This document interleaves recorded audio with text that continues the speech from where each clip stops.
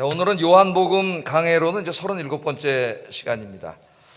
은혜의 세계를 체험하라, 그런 주제로 말씀 전하겠습니다.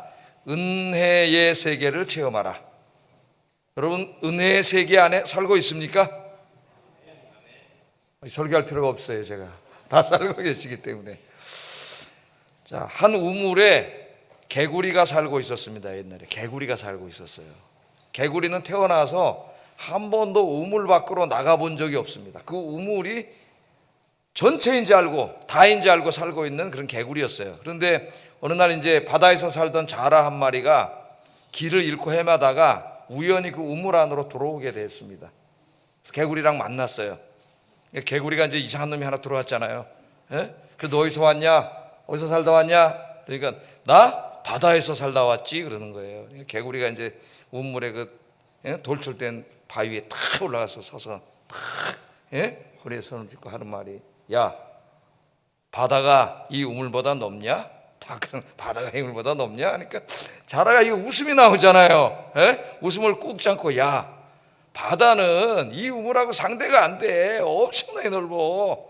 그렇게 말하니까 개구리가 믿지를 못해. 왜? 나가보질 못했잖아요. 그거밖에 경험을 못 해봤어요. 그래서 이번에 물속으로 탁 수영을 하고 들어가가지고 수영을 탁 하는 자라에게 또 물어봤어요. 야, 바다가 이 우물보다 깊냐? 그러는 거예요. 그러니까 자라가 웃음이 나오잖아요. 웃음이 나와 또 꼭 참고, 야, 개구리야, 바다는 상대가 안 돼. 우물하고는 바닷물을 깊지. 그렇게 이야기를 해줬습니다. 근데 개구리는 도저히 자라의 말을 믿을 수가 없었어요. 왜냐하면 우물 밖으로 한 번도 나가보지 못했어요. 우물 밖의 세상을 경험해보지 못했습니다. 오늘 이제 성경에 보면은 이 우물한 개구리처럼 이렇게 신앙생활하는 사람들이 나와요. 종교생활을 하는 사람들이 나오는 거죠. 그 사람들이 누구냐? 자기들의 그 종교와 신학의 세계가 단지 알고, 그게 최고인 줄 알고 한평생을 살고 있는 바로 유대인들과 그들의 영적인 지도자인 바리새인들, 제사장들, 이런 사람들입니다. 이런 사람들이에요. 여러분들은 은혜의 세계를 아까 다 체험했다 그랬죠? 매일매일 체험하기를 주의 이름으로 축복합니다. 오늘날 교회 안에도 우물한 개구리처럼 자기의 신앙의 세계가 단지 알고 그렇게 그 안에 갇혀서 하나님의 은혜의 넓은 바다를 체험하지 못하고 살아가는 어리석은 사람들도 많이 있습니다. 그래서 오늘 이 말씀을 통해서 말씀을 잘 들어보시고 여러분들이 은혜의 세계 안에 들어와서 하나님이 주시는 풍성한 은혜를 매일매일 누리시기를 주의 이름으로 축복합니다. 그 은혜가 뭔지도 제가 이따 말씀을 드릴 거예요. 자, 예수께서 날 때부터 맹인된 사람을 고쳐주셨습니다. 요한복음 9장은 이제 거기에 관련된 이야기예요. 길거리에서 구걸을 하면서 평생을 살던 소망이 없던 맹인의 눈을 뜨게 하셨고, 그렇게 함으로 그에게 새 인생을 살게 하셨어요. 그래서 이 맹인은 예수님 만나서 육신의 병도 치유받고 또 영생을 얻는 은혜의 세계 안으로 들어가서 살게 되는 축복을 누리게 됐습니다. 자, 그런데 이 치유 사건이 이것으로 끝나지 않습니다. 오늘 우리가 이제 긴 말씀을 읽었는데 이것으로 끝나지 않아요. 자, 이 맹인이 이전에 눈을 뜨지 못하는 맹인이었다는 것을 아는 사람들도 있었고, 또 그것을 예수님이 치료하는 걸 본 사람도 있었고, 또 그걸 들은 사람도 있었겠죠. 이 모든 사람들이 이걸 믿지 못했습니다. 본 사람들도 둘이 짜고 한 거 아니야? 그렇게 생각했을 수도 있겠죠. 왜냐하면 맹인의 눈을 뜨는 이 엄청난 이 역사는 그들이 본 적도 없고 들은 적도 없고 체험한 적도 없어요. 그래서 이게 진짜인가? 율법 속에서 살던 자기들에게 이게 진짜 율법의 말씀 속에서 진짜로 일어날 수 있는 일인가? 이들이 이렇게 논쟁을 했습니다. 그래서 그 사람을 데리고 누구에게 찾아갔냐면 오늘 성경에 보니까 바리새인들에게 찾아갔어요. 바리새인들은 누구예요? 오늘 우리 교회 다니는 사람들은 설교를 많이 들어가지고 바리새인 그러면 이제 네거티브한 생각이 딱 전제되어 있어요. 나쁜 사람들. 그러나 예수님 시대에 모든 유대인들에게 존경받던 사람들입니다. 물론 그들이 위선자예요.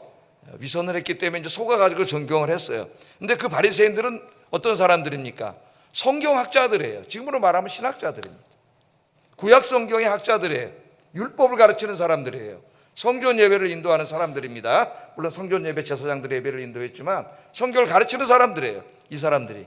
그러니까 이제 이 구약의 하나님의 말씀에 빛에 비추어 볼 때 과연 이런 일이 일어날 수 있는 건지, 이게 진짜인지, 아니면 이거 사이비인지 이단인지, 그래서 바리새인들에게 데려왔어요.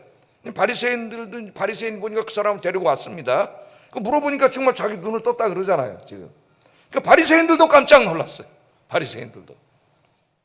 자, 자기들이 평생 율법을 연구하고 가르쳤지만은 한 번도 이 같은 이야기를 본 적도 없고 들은 적도 없고 체험한 적도 없습니다. 유대교 안에서는 하나님의 영이 강력하게 역사해서 소경의 눈을 뜨게 하는 것 같은 이런 초자연적인 역사가 일어난 적이 없어요. 그래서 이 얘기를 듣고 또 자기가 눈이 떴다고 하는 사람이 얘기하니까 그 사람 말을 듣고 바리새인들 중에서도 의견이 분분해졌다 그럽니다. 성경은. 정말일까? 정말 그 예수라는 사람이 하나님의 아들 메시아일까? 그래서 하나님의 능력으로 정말 눈을 뜨게 했을까? 아닐까? 의견이 분분했다 그랬어요. 오늘 한번 보겠습니다. 16절 읽어보겠습니다. 시작.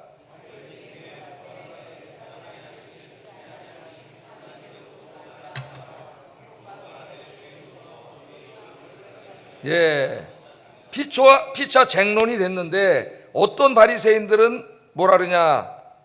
안식일의 율법을 들먹이면서 저 예수는 하나님이 보내신 자일 수 없다. 그들의 율법 신학에 의해서, 안식일 신학에서 그렇게 얘기했어요. 자, 이 눈을 언제 뜨게 했습니까? 눈을 뜨게 한 날이 언제예요? 안식일 날이에요. 예수님은 안식일 날 병을 많이 고치셨습니다. 그래서 안식일 날은 주님 안에서 진짜 고통을 치유받고 안식을 누리는 날임을 가르쳐 주신 거예요. 안식일 날 병을 고치면은 유대인들과 율법 때문에 충돌된다는 걸 아시면서도 예수님이 의도적으로 이제 안식일 날 병을 많이 고쳐 주셨어요. 자, 그런데 예수님이 그냥 고쳐 주신 게 아니고 침을 뱉어서 흙에다가 반죽을 해가지고 그것을 반죽을 눈에다 붙이셔서 실로암에 가서 씻어라, 그렇게 눈을 뜨게 해주셨습니다. 유대인들의 안식일법에 의하면 안식일 날 반죽을 하는 것은 노동을 한 겁니다. 그 죄를 진 거예요. 지금 그 얘기하는 거예요. 안식일을 범했다는 거예요. 율법을 범했다는 거예요. 율법을 범한 자가 하나님의 아들일 수 없다. 그러니까 눈을 뜨게 했다는 것은 거짓말이다. 일부의 사람들이 이제 자기들의 안식일 신학을 내세우면서 거짓말이라 그래요.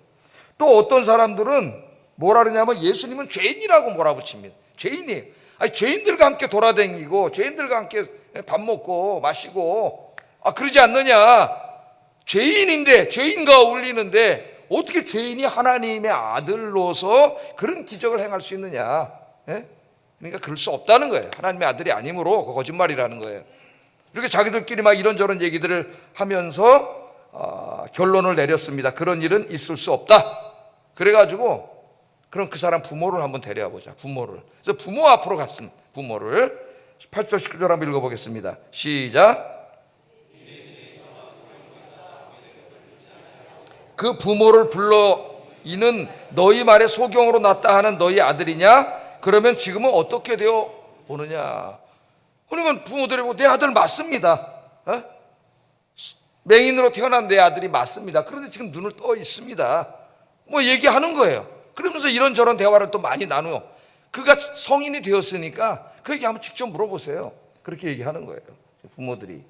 자, 이렇게 지금 그 본인도 이야기를 하고 부모님도 이야기를 하고 사람들도 이야기를 하는데 바리새인들은 믿지 않아요. 이런 일이 있을 수 없다는 거예요.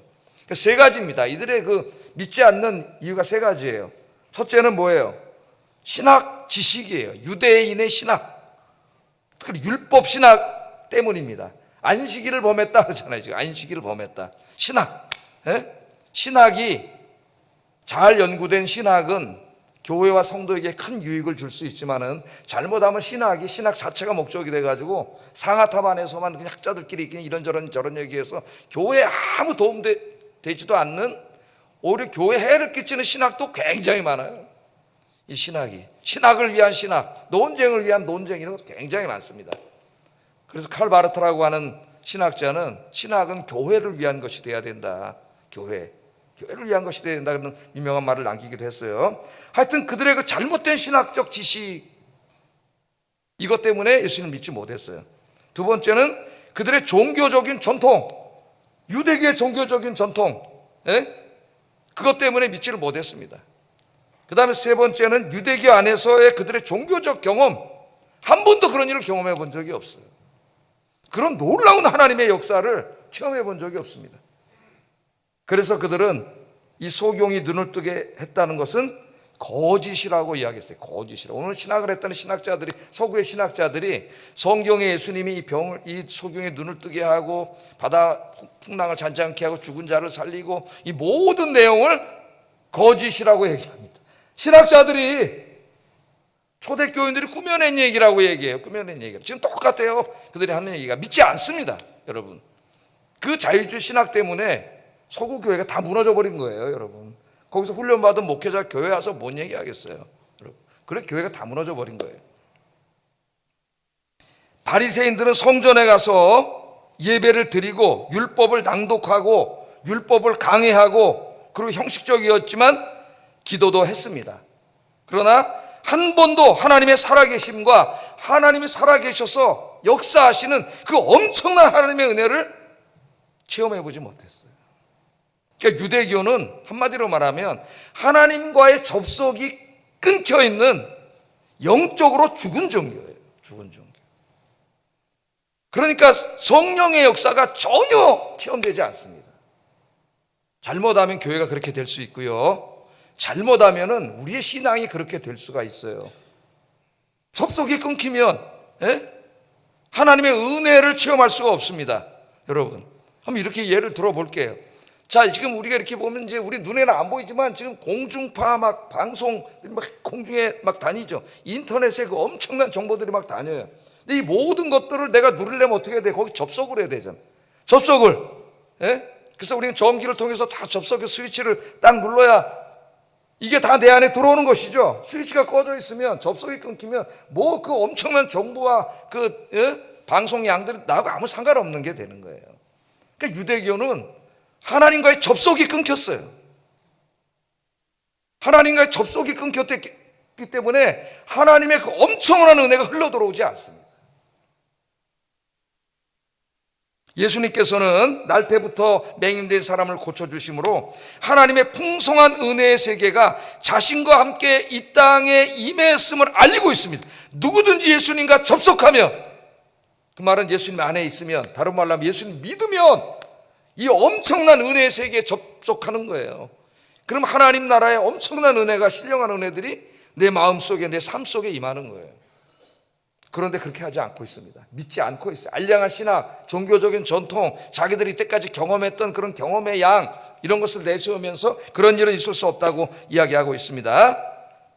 정말 안타까운 것은 교회를 오래 다녔으면서도 그런 사람들 중에 바리새인들처럼 신앙생활하는 사람이 많이 있다는 거예요. 놀랍게 많이 있습니다. 여러분, 많은 사람이 교회 다닙니다. 어느 정도 봉사도 합니다. 형식적으로 기도도 합니다. 어느 정도 성경도 읽습니다. 그러나 하나님의 은혜의 세계를 전혀 체험하지 못합니다. 교회 다니면서도 하나님이 살아계신 것을 확신하지 못하고 부활과 영생과 천국과 이런 거 자꾸 의심을 하는 거죠. 하나님께서 성령을 통해서 행하시는 그 풍성한 돌보심과 인도하심과 치유하심을 체험하지 못합니다. 형식적인 예배를 드리기 때문에 예배의 감격과 기도의 응답과 찬양의 환희를 누리지 못합니다. 예배 시간에 성령님이 가져다 주시는 기쁨과 평강과 영적인 활력과 생동감을 체험해보지 못해요. 교회는 계속 오는데, 교회 예수 믿고 교회 다닌다 하면서도 우울하고 힘이 없고 소망이 없고 의기소침해서 살아갑니다. 속마르고 짜증을 잘 내고 얼굴은 일그러져 있고 다른 사람들을 힘들게 하고 여기저기서 갈등을 일으켜요. 왜 이렇게 되는 거예요, 여러분? 하나님과 접속이 끊긴 사람이에요. 접속이 영적으로 연결되어 있지 않기 때문에 그래요. 끊어졌는데 어떻게 옵니까, 여러분? 일찍이 하나님께서는 이러한 일들이 하나님의 백성들 안에서 일어날 것을 아셨기 때문에 이사야 선지자를 통해서 이렇게 말씀을 하셨어요. 이사야 1장 12절 한번 읽어보겠습니다. 시작. 내 마당만 밟을 뿐이니라. 마당만 밟을 뿐이니라. 이사야 1장의 문맥이 뭡니까? 안식일이 됐습니다. 많은 사람들이 교회에 와요. 올 때 막 예물을 다 가지고 옵니다. 성전에 와. 그래서 예물도 드리고 예배도 드리고 갔어요.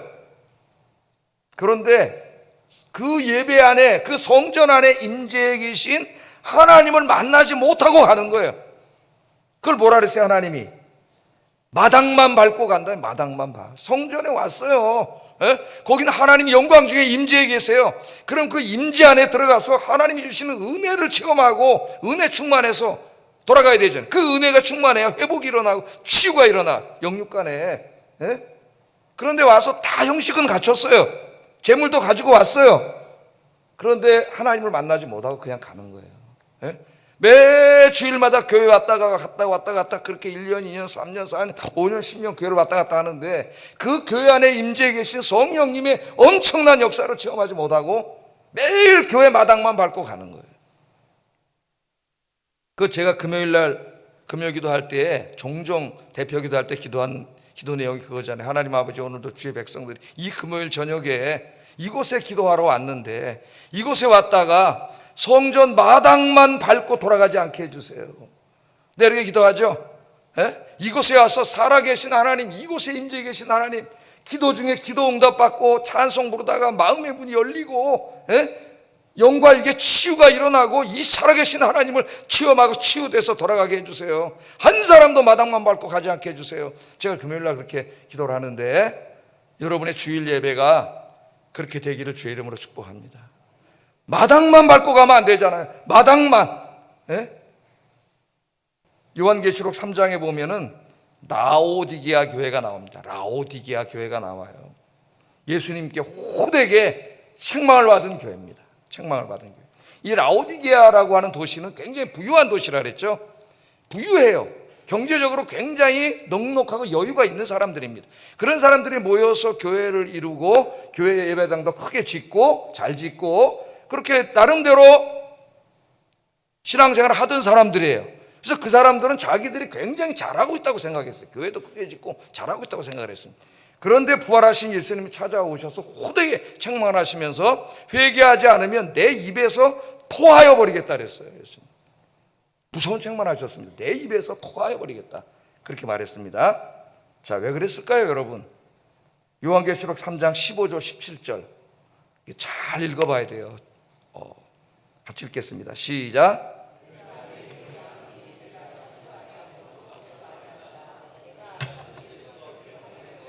내가 이같이 미지근하여 뜨겁지도 아니하고 차지도 아니하니 내 입에서 너를 토하여 버리리라. 내가 말하기를 나는 부자라 부요하며 부족한 것이 없다 하나 내 곤고한 것과 가련한 것과 가난한 것과 눈먼 것과 벌거벗은 것을 알지 못하는도다. 겉으로 볼 때는 너무 화려하고 잘하고 있는 것 같은데 우리 예수님이 입에서 토해버린다 그랬습니다. 첫 번째가 뭐예요? 신앙생활이 미지근한 생활을 한다는 거예요. 미지근하다는 말에 다 들어가 있어요. 제가 계시록 강의할 때 이 의미가 뭔지 자세히 설명드렸잖아요. 미지근한 물은 아무짝에 쓸모없는 그런 뜻입니다. 아무짝에 쓸모없는 신앙생활이 미지근한 신앙생활 합니다. 이 라오디게아 교회 성도들은 오랜 동안 교회 다니면서 신앙은 형식화되고 은혜 체험의 경험이 없는 그런 성도들의 대명사예요. 대명사.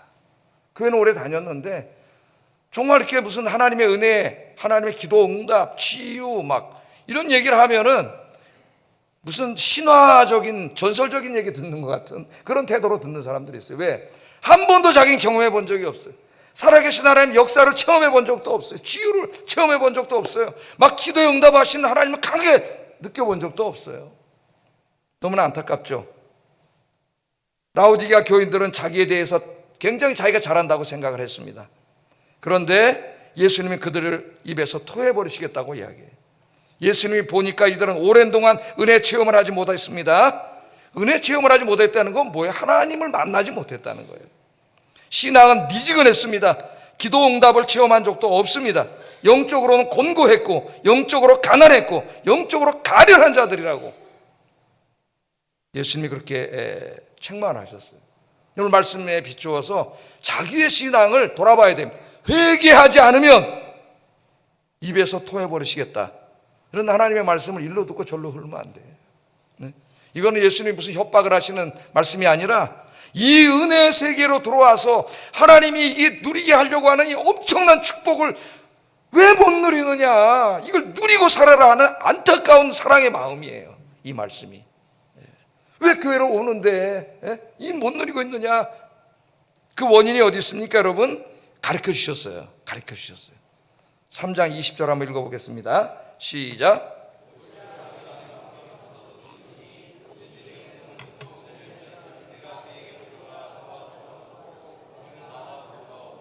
아멘. 볼지어다 내가 문 밖에 서서 두드리노니. 누가 예수님 문을 두들겨.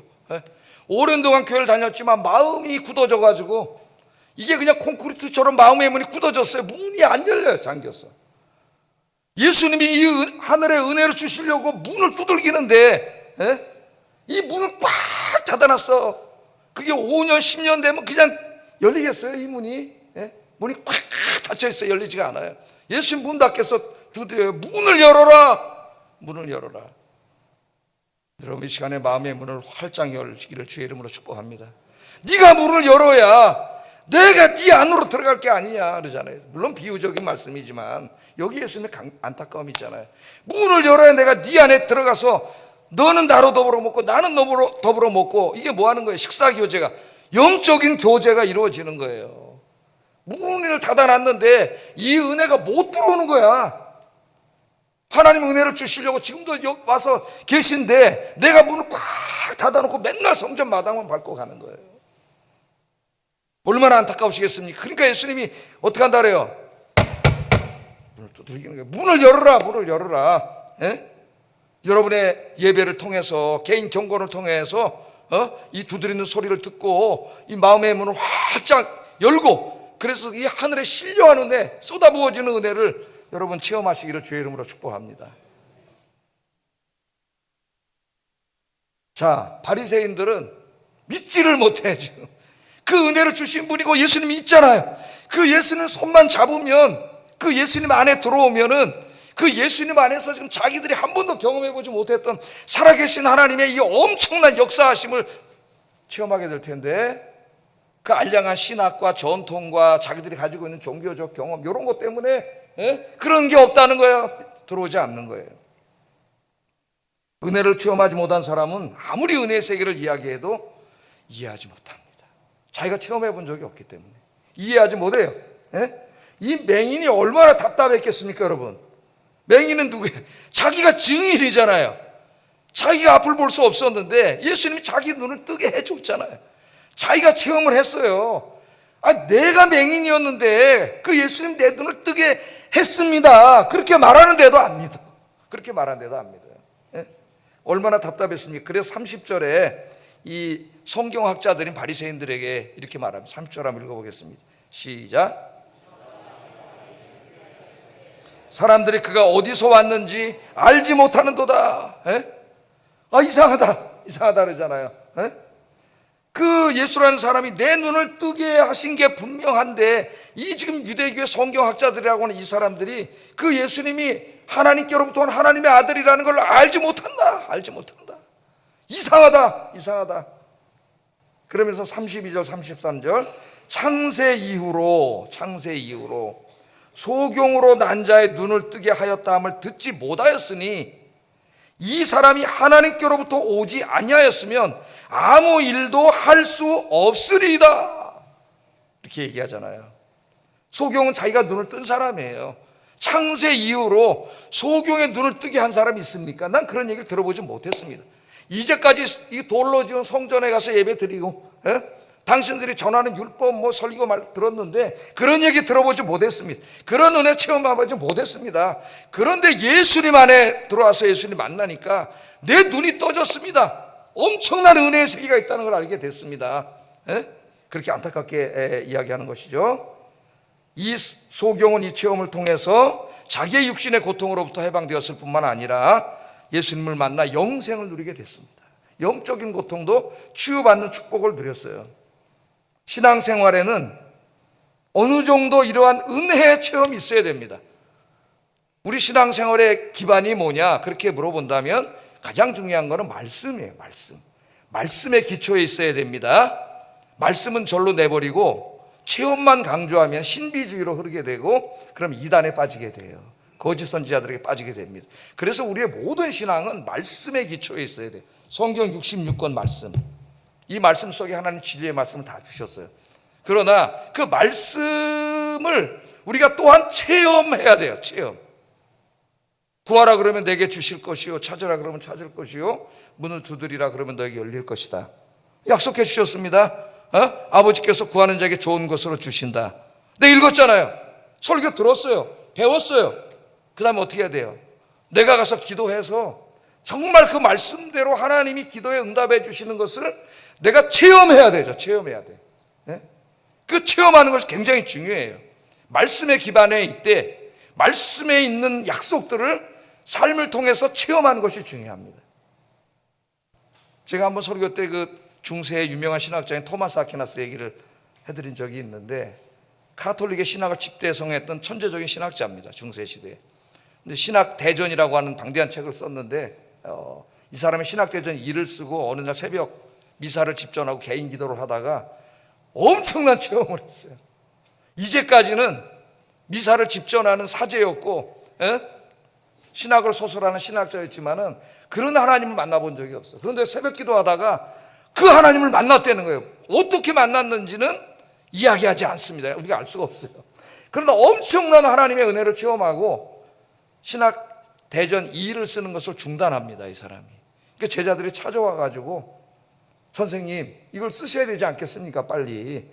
왜 그러십니까? 왜 안 쓰십니까? 그랬더니 이 토마스 아퀴나스가 하는 말이, 내가 이제까지 이성을 통해서 논리를 통해서 만난 하나님에 대한 지식은 내가 새벽에 기도하다가 만난 하나님에 대한 지식에 비하면은 지푸라기에 불과하다 그랬어요. 지푸라기에 불과하다. 그래서 그게 많은 제자들이, 이후에 신학자들이 야, 신앙은 체험인가? 그런 고민을 하게 됐습니다. 신앙은 체험인가? 그 체험은 말씀과 상관없는 체험이 아니라 말씀에 기반한 체험이 돼야 되는 거예요. 말씀에 기반한 체험. 여러분들 이런 체험이 있습니까? 여러분들은 정말 기도하시다가 하나님 막 기도에 응답해 주시고 예배드리고 찬송하다가 이곳에 임재해 계신 하나님이 나 안에 찾아오셔서 강력하게 내가 감동되는 그런 은혜를 체험한 적이 있으십니까? 언제 그렇게 하셨습니까? 매일매일 그렇게 체험하시기를 주의 이름으로 축복합니다. 제가 이야기하는 게 있습니다. 나의 신앙생활이, 나의 은혜 받음이 역사가 되지 않게 하라고. 그게 무슨 말이에요? 내가 5년 전에 3년 전에 내가 젊었을 때 막 은혜 받았는데 그 뭐 어떻게 했다는 거예요? 5년 전에 10년 전에 젊었을 때 그 아무 의미 없어요. 중요한 거는 지금이에요. 지금입니다. 예레미야가 뭐라 그랬어요? 주의 은혜가 날마다 새롭소이다. 새벽마다 새롭소이다. 아침마다 새롭소이다. 왜 그럴까요? 예레미야가 아침마다 새벽마다 일어나서 새벽 기도하는 사람이에요. 새벽에 주님을 만나는 사람이에요. 그러니까 하나님의 살아계심과 그 은혜 체험이 뭐 몇 년 전의 이야기가 아니라 매일매일에 매일매일 주의 은혜가 매일매일 새롭소이다. 여러분에게 이런 은혜가 있기를 주의 이름으로 축복합니다. 매일매일 여러분 하루를 시작하기 전에 눈을 뜨고 첫 대화를 하나님과 나누고 기도하고 말씀을 묵상하고 하루를 그렇게 마감하고 모든 공예배에 가능하면 참여해서 하나님 말씀을 듣고 살아계심을 체험하고 여러분 그렇게 해서 마음의 문을 열고 하나님과 접속해야 된다 그랬잖아요. 접속이 끊어지면 안 돼요. 접속해서 그 하나님이 준비하신 엄청난 은혜를 누려야 됩니다. 요한복음 1장에서 뭐라 그랬어요? 예수님이 오신 이유 우리에게 은혜를 주기 위함인데 은혜 위에 은혜로다 이랬죠. 은혜 위에 또 은혜니까 뭐예요? 충만한 은혜. 하나님의 은혜의 창고는 다함이 없어요. 충만한 은혜. 하나님이 은혜를 주시려고 지금 예배 시간에도 성령님이 이곳에 임재해 계신데 마음의 문을 꼭 닫고 그 알량한 자기의 신학과 전통과 자기 신앙생활을 했던 그런 곳으로 마음의 문을 닫아놓고 손만 잡아보면 되는데 잡지 않기 때문에, 스위치를 누르지 않기 때문에 이 은혜가 흘러 들어오지 않는 거예요. 여러분, 내가 경험한 알량한 까진 20, 30년 신앙생활이 다가 아니에요. 엄청난 은혜의 바다가 있습니다.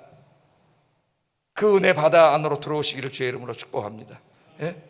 제가 오래전에 한 체험이 있는데 저희 집사람이 이제 큰 수술을 했을 때 이제 운동을 시키려고 이렇게 한강 저쪽까지 이제 많이는 못 걸었어요. 너무 힘들 때라서 다 토하고 그럴 때라 가지고 이렇게 조금씩 이제 걸어가다 그 끝에 벤치에 앉아서 항상 쉬다가 돌아왔는데 하루는 이제 나갔는데 조금 더 체력이 있어가지고 조금 더 가보자. 그래가 조금 더 갔더니 이렇게 싹 모퉁이를 돌아서는 순간 저쪽에 그 꽃밭을 만들어 놔가지고 지금은 이제 다 바뀌었습니다만은 그 이쁜 꽃들이 쫙 있는 거예요. 그때 하나님 나에게 깨닫게 해주셨어요. 깨닫게. 야, 한 걸음만 더 가면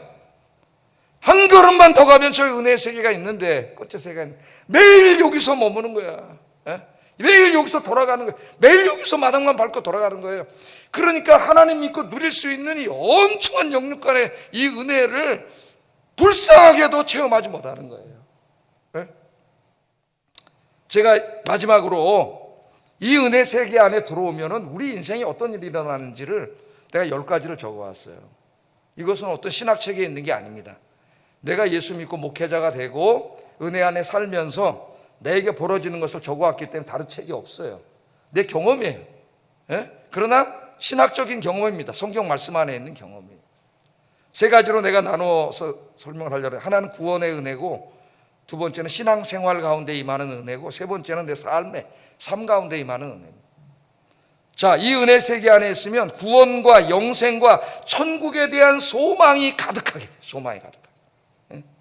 성령님께서 구원의 확신과 영생의 확신, 천국의 확신을 주시기 때문에 죄와 죽음의 권세에서 해방되어 영생과 천국에 대한 확신과 소망을 갖고 살게 됩니다. 우리 인간에게 최고 무섭고 두려운 게 죽음이에요. 부활과 영생에 대한 소망이 생겨나면서 여기로부터 해방되는 거예요. 해방되는 이 기쁨이 있어요. 두 번째는 신앙생활의 은혜가 넘치게 됩니다. 하나님을 사랑하는 마음이 가득하게 되고 예배를 사모하게 되고 예배의 감격과 환희가 넘치게 돼요. 안 그러면 예배 시간이 지루한 시간이 됩니다. 그래서 졸음하고 싸워야 되고 잡념하고 싸워야 되고, 제가 예배에 체험하는 경험이 사랑하는 사람과 데이트할 때 그 체험과 비슷하다 그랬죠. 제가 한 말은 아니고 톰 라이트가 한 말입니다. 정말 똑같아요. 사랑하는 사람을 만나서 여러분 데이트를 하는데 아우 벌써 1시간 됐네, 지겨워 죽겠네, 그런 사람이 있어요. 하루 종일 만나도 지겹지가 언제 시간이 갔는지, 아이고 벌써 헤어져야 될 시간이네, 그러잖아요. 결혼해서 제일 좋은 게 뭐냐면 헤어지지 않고 한 방으로 들어가는 게 제일 좋더라고. 한 방으로 들어가는 게 제일 좋더라고요. 하나님과의 하나님 사랑하는 이 사랑이 회복되기 때문에 이 시간에 와서 주님을 만나는 이 시간이 인생에 제일 즐겁고 기쁘고 행복한 시간이 되는 거예요. 예배 시간이. 기도 응답을 체험하게 됩니다. 또 내가 기도했는데 정말 응답하시네. 그래서 살아계신 하나님을 경험하게 되는 거예요. 우리 인간을 살아가면서 마음의 소원이 있고 기도의 제목이 있습니다. 안타까운 일들이 있어요. 목사도 있고 내 힘으로 할 수 없는 모들이 있어요. 근데 하나님 앞에 기도했더니 하나님이 정말 기도를 들어주시는 거예요. 마음의 소원도 응답해 주시고 기도도 응답해 주시는 거예요. 그래서 하나님이 살아계신다는 것을 이제는 말씀을 통해서 배웠던 그 하나님을 내가 경험하는 거잖아요. 경험하는 게 중요해요. 여러분, 기도해야 돼요. 그래서 하나님 역사하심을 체험해야 돼요. 또 말씀을 읽고 묵상할 때 은혜 받지 못할 때는 졸려. 딴 생각나. 한 줄도 못 읽어. 잡념이 생겨서. 3줄 읽으면 첫째 줄 뭐 읽었는지 생각도 안 나. 그런데 이제 은혜 세계에서 은혜를 받으면은 이 하나님의 말씀이 꿀송이보다 더 달도소이다. 시편 기자가 이렇게 고백했어요. 꿀송이보다 더 달아요. 그래서 어떤 분이 간증하는데, 진짜 은혜 받기 전에는 성경 한 줄도 제대로 못 읽었는데 은혜 받고 보니까 너무 이 말씀에 감동이 돼가지고 어떨 때는 밤을 새도록 읽었답니다. 밤이 새도록, 저한테 직접 한 말이에요. 밤이 새도록 놀 수가 없더라는 거예요, 성경을. 그 졸리던 성경이. 여러분은 어떻습니까? 세 번째는 우리 은혜가 이렇게 구원의 확신과 신앙생활의 회복이 오면은 우리의 삶의 회복이 와요. 삶의 회복이. 내 마음속에 하늘의 기쁨과 평강이 가득하게 됩니다. 하나님이 주시는 하늘의 기쁨과 평강이 몰려와요. 성령님이 하늘의 기쁨과 평강을 주시기 때문에 내 마음의 슬픔과 우울과 불안이 사라져요. 불안이 사라져요. 어느 날통가 너무 행복한 마음. 그럴 때 우리가 뭐라 그래요? 행복하다 그러잖아요. 행복하다. 행복하다. 체험하고 계십니까, 여러분? 삶의 모든 부분에 대해서 이게 다 하나님의 은혜라고 생각하기 때문에 감사한 것뿐이에요. 감사하면 눈물이 나옵니다, 여러분. 내 삶의 모든 것이 다 하나님의 은혜임을 깨닫게 되기에 불평과 원망이 사라지고 감사해. 모든 게 감사야.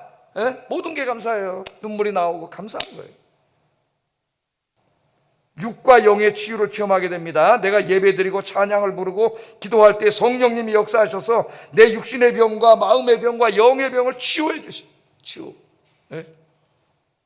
그래서 이 예배 시간에 와서 예배 한번 드리고 가면 영육간에 강건해지는 거예요, 여러분. 안식일은 아까 뭐라 그랬어요? 제가 안식일날 일부러 치유하셨다 그랬잖아요. 안식일은 주님 안에서 안식을 회복하고 가야 돼. 세상에는 안식이 없어요. 그 세상에 지치고 힘든 몸을 가지고 주님 전에 나와서 여기 와서 살아계시는 하나님 만나고 이 모든 게 치유되는 상태를 안식이라 그래. 안식을 누리고 돌아가야 돼. 또 하나님의 사랑을 내가 깨닫기 때문에 이 하나님의 사랑이 가득하게 되고 그래서 부부관계가 회복이 됩니다. 부부관계가. 가정이 회복돼요. 가정이 회복돼. 내 안에 하나님의 사랑이 가득하게 되니까 남편과 아내를 사랑하게 되고 가정이 회복되고 그러니까 아이들이 행복해지는 거예요. 여러분 제가 은혜 받을 때 생각해 보면은 여러분 은혜 충만할 때는 어떻습니까? 자기 배우자한테 미안한 마음이 들죠. 미안한 마음. 잘해주지 못하고 호강시켜주지 못하고 좋은 거 사주지 못하고 미안한 마음이 들어요. 그런데 여러분 은혜의 세계에서 이렇게 다쳐버리면은 어떤 마음이 듭니까? 원망하는 마음이 든다니까요. 원망하는. 내 저 사람 만나서 평생을 고생하고 원망하는 마음이 들어요. 그럼 부부간에 다투고 가정이 불행해져요. 그래서 이 은혜 세계 안에 들어오면은 다 미안한 마음만 드는데 뭐 미안한데. 여러분 지금 미안하세요? 원망이 되세요? 속으로 하면 되다. 속으로. 자기 영적인 바로미터예요. 또 성령님이 새 힘을 주시기 때문에 삶의 활력과 생동감이 넘치게 됩니다.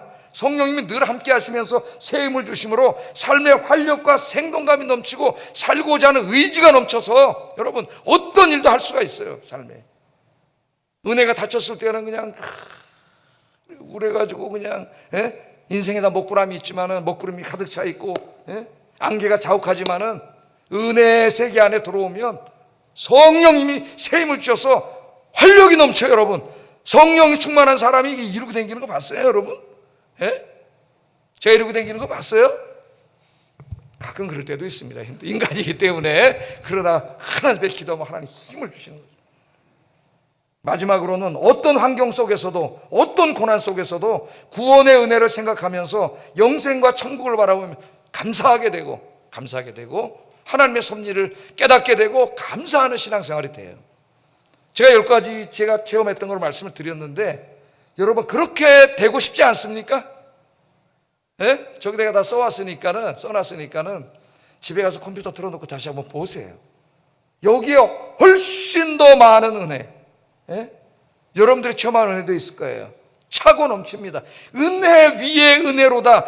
이 은혜 세계에 가까이 와 있는 여러분들이 왜 마음문을 닫아놓고 스위치를 꺼놓고 그렇게 힘들게 삽니까? 왜 엉뚱한데 쫓아다닙니까? 여러분 세상에 나가면 그게 있습니까? 속지 마세요. 주님께 더 가까이 오셔서 주님 손잡고 남은 인생을 이 은혜 가운데 사시기를 주의 이름으로 축복합니다. 기도하겠습니다. 영적인 삶에 있어서 우물한 개구리가 되지 않게 하시고 하나님의 은혜의 넓은 바다를 체험하게 하소서. 나의 신앙생활이 성전 마당만 밟고 돌아가는 형식적인 신앙생활이 아니라 살아계신 하나님의 은혜의 세계를 체험하는 신앙생활, 살아있는 신앙생활이 되게 하소서. 공예배와 개인 경건 시간이 마음의 문을 활짝 열고 주님과 영적인 교제를 나누는 시간이 되게 하소서. 우리 예수님은 인격적인 예수님입니다. 기도하겠습니다. 사랑과 은혜가 충만하신 아버지 하나님, 나는 얼마 동안 신앙생활에 왔습니까? 몇 년 동안 예수를 믿어왔고 몇 년 동안 예배를 드렸습니까? 나의 안식일 예배가 성전 마당만 밟고 돌아가는 예배가 돼서는 안 되겠습니다. 하나님은 살아계시고 하나님의 성령으로, 하나님의 영으로 예배 시간에 임재해 계신다고 약속해 주셨습니다. 하나님의 전에 오늘도 나왔습니다. 살아계신 주님을 만나게 하시고 기도의 응답도 받게 하시고 하나님을 체험하게 하시고 치유되게 하시고 활력을 얻어 은혜 충만하여 돌아가는 예배가 되도록 주님께서 인도해 주시옵소서. 날마다 공예배에 참석하고 개인 경건 생활을 통하여 살아계신 하나님을 만나게 하시고 내 마음의 문을 주님을 향하여 활짝 열게 하시고 주님의 손을 붙잡고 영적인 스위치를 켜서 하나님의 창고에 차고 넘치는 이 신령한 은혜가 내 삶으로 흘러 들어오는 축복의 사람이 되게 하여 주시옵소서. 예수님 이름으로 기도드립니다. 아멘.